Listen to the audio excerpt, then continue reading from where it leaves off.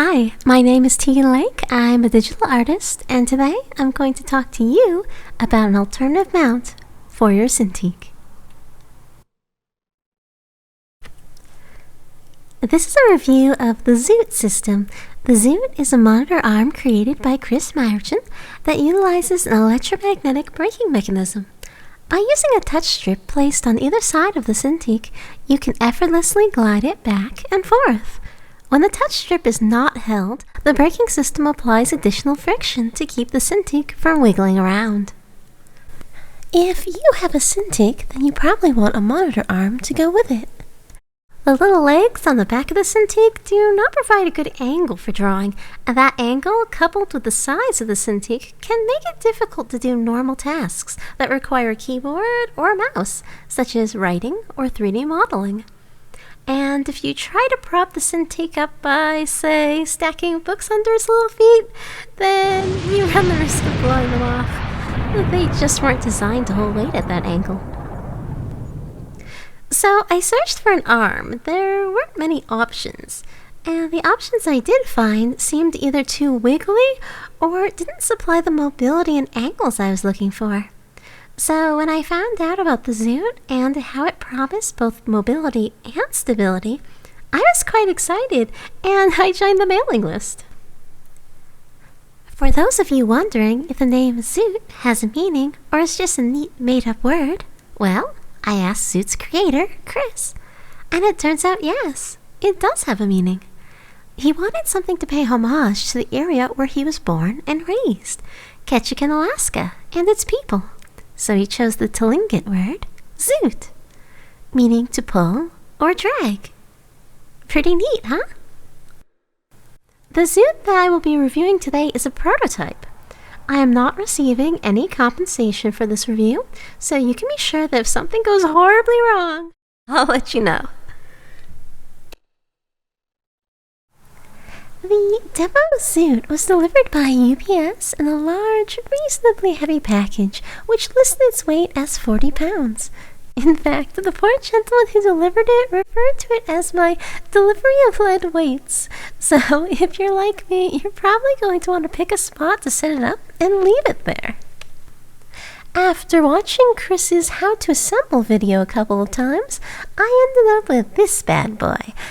The XOOT struck me as being very sturdy and stable, so I wasn't concerned about it toppling over during normal use or getting knocked over when I left the room. It is made with a lot of metal and uses some plastic for things like the decorative nameplate and the wire guards over the horizontal arm. As you can see, the wires are tucked away quite nicely into the horizontal arm, which then clamps into the back of your desk. Which is nice, because the other arms I was looking at required me to drill a hole into it, which I wasn't really looking forward to. I did find that the clamp should be placed right up against something sturdy on its right side, like a desk leg, or in this case, a filing cabinet. Originally, I clamped it closer to the middle and found when I moved the XOOT around, trying to find the best spot for it on my desk, it seemed to put too much torque on the clamp, which caused it to seesaw around. Of course, it's possible that I wasn't being aggressive enough with the clamp, but once I moved it all the way to the right, it couldn't shimmy around anymore, and it was rock solid. And if you're like me, then your desk is actually in the middle of the room, so you can work on either side of it. And eventually that rock solid clamp is going to introduce itself to your kneecap.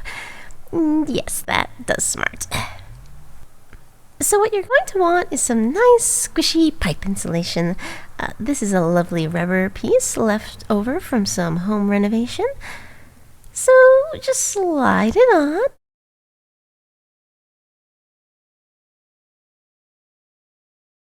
Bend up the bottom. I actually thought I was going to need tape. Test it to make sure it's thick enough to protect your kneecaps, and there you go. I had no further problems after that. Your kneecapping days are over, Mr. Clamp. After plugging in the touch strips, which I had just affixed in a convenient place to the Cintiq, the Zoot glided effortlessly with just a touch. And then you're pretty much set. Just add your favorite computer peripherals and make yourself comfortable.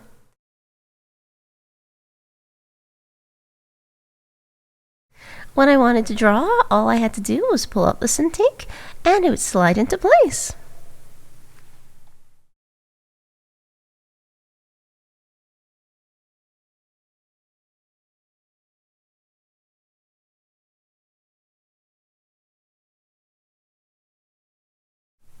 Yep, pretty solid.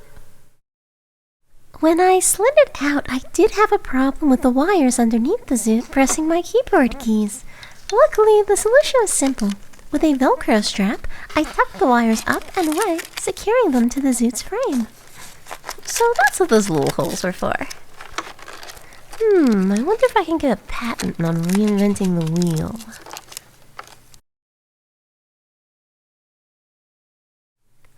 I use a very thin keyboard, so I can keep it pretty close to the end of the desk without any problems. My pen-click keyboard has even more clearance.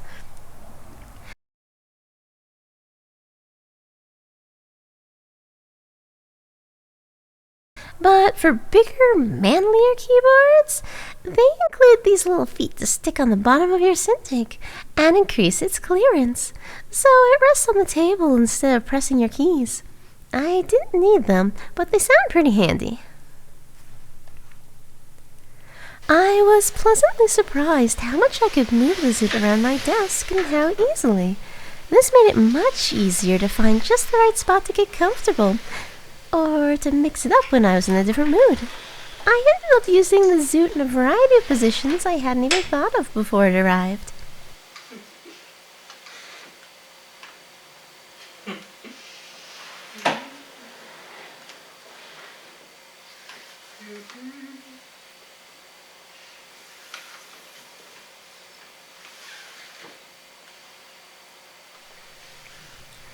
It's nice to be able to move the screen when you are set up in a large room.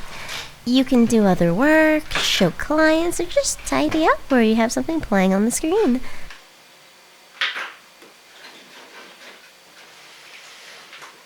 Unfortunately, on a normal desk, it can't be turned 180 degrees to face the other side of the room.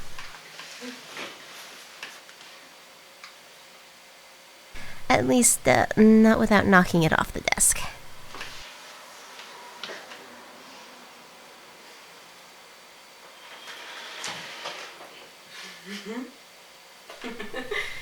And to demonstrate how easy it is to move the monitor, I will now move it with my pinkies. Oh, and thumb to guide it.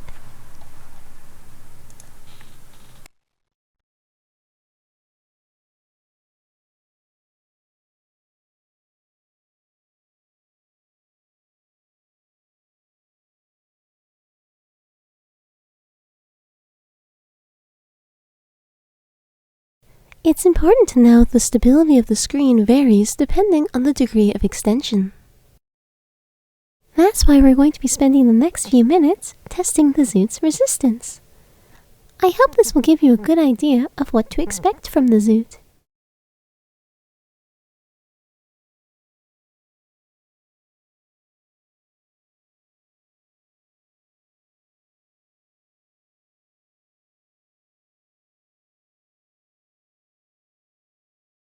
This point in particular is very strong. And now, an episode of Things You Shouldn't Do with a Zoot. Lean on the Zoot. Daydream on the Zoot. Nap on the Zoot.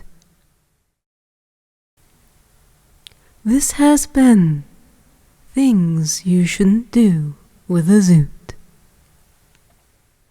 Okay, so you really shouldn't be leaning on your Zoot, especially considering how much a Cintiq costs. I was very surprised I was able to lean on it like that. It's certainly not the normal usage.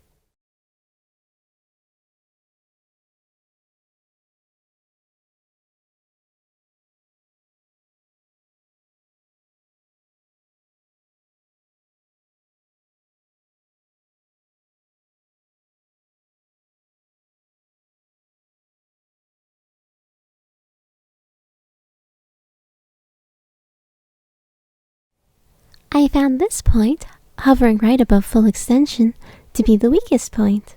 So it wasn't good for me to try and rest both arms on it.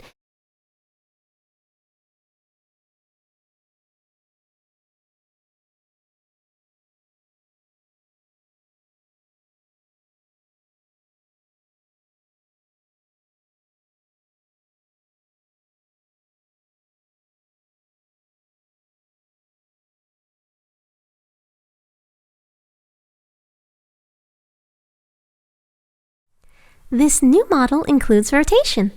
While you can't go spinning it around in circles like a captain's wheel, it does easily move left, right, and upside down, which is everything I wanted.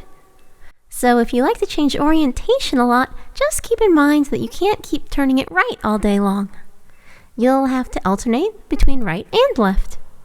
This probably has something to do with the wires that run through it.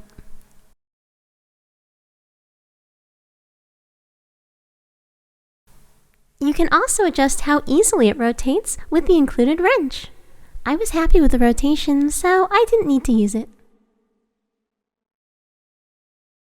I did end up with scratches in my desk. At least some of them were from assembling the Zoot on it. I should have laid a blanket under it before I set it down to attach the Zoot's base. To deal with possible scratches from the feet, I've settled on some cheap craft felt. I decided not to use the heavy-duty felt feet because they would reduce the Zoot's contact with the desk. In the future, I plan to cut up the felt and attach it to the bottoms of the feet, first trying double-sided tape. I didn't try this with the demo Zoot because I didn't want to run the risk of getting the feet all sticky and gummed up before I had to return it to Chris. I didn't think he'd appreciate that. When attaching the Cintiq to the Zoot, the plastic handles on these bolts make them easy to install with one hand and without any tools. Because they stick out a little, it is possible for them to catch on the desk. Once I got settled into using the Zoot, this wasn't a problem. But if they did become an annoyance, I could always try swapping them out with a normal bolt from my local hardware store. The Zoot is powered by electricity, and the demo unit came with this neat power adapter. You can move the Zoot without using its powered touch strips. Chris confirmed that this will not damage the unit.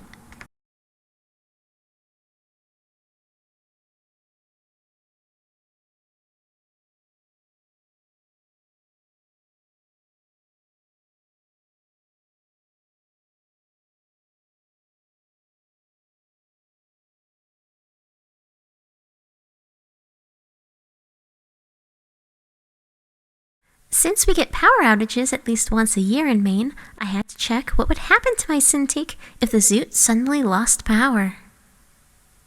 I was so relieved I didn't hear a crashing sound. When the Zoot loses power, this little light goes off.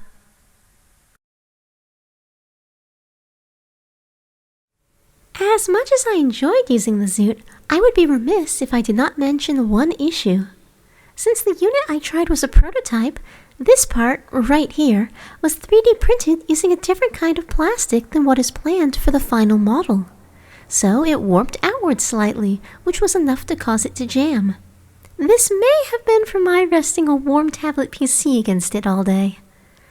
After hearing about this issue, Chris promptly informed me that not only would the final version use a different type of plastic, but he had redesigned the piece to have more leeway.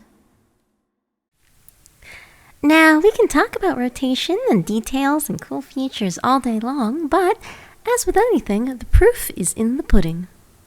So for this last segment, we're going to talk about the Zoot's performance under real-life working conditions and show the Zoot in use. As with all arm-style mounts, the Zoot becomes less stable the farther it is extended. However, in the Zoot's case, I did not have a problem with wiggliness. I experienced only slight wiggling, which had no impact on my work experience. I mention it only because if you're actively looking for it, there is a little bit there. Another nice thing about painting with the Zoot is that I could extend it over the edge of my desk. Not only was this a comfortable option, but it allowed me to position the Zoot to rest on the edge of the desk for maximum stability. Of course, this might put a few dings in the edge of my desk after a while, but it already has some wear and tear in it, so I didn't mind. Since I have a tendency to lean, this quickly became my favorite painting position.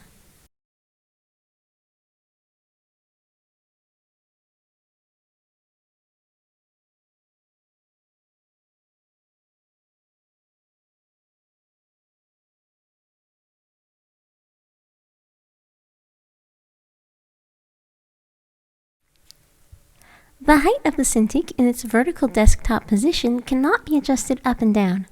Also, I was unable to adjust it to a good position for painting while standing up. So, if you like to paint while standing up, you may wish to invest in a sit-stand station instead of a normal desk.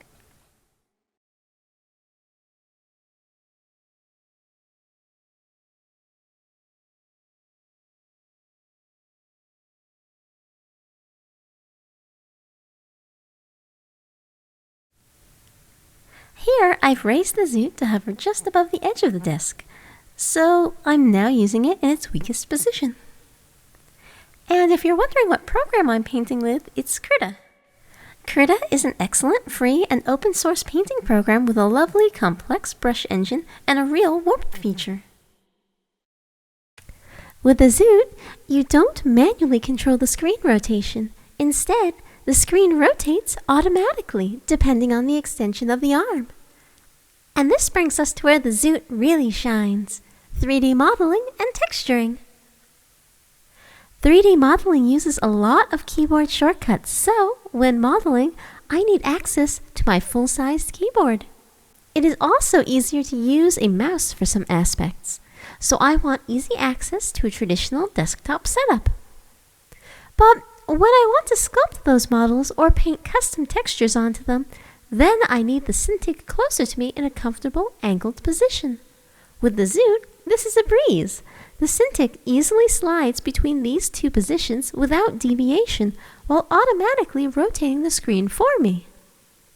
So I don't have to spend extra time trying to control an arm that wants to go sideways, correcting the Cintiq's new position, rotating the screen, or worrying that I might knock something off my desk this time.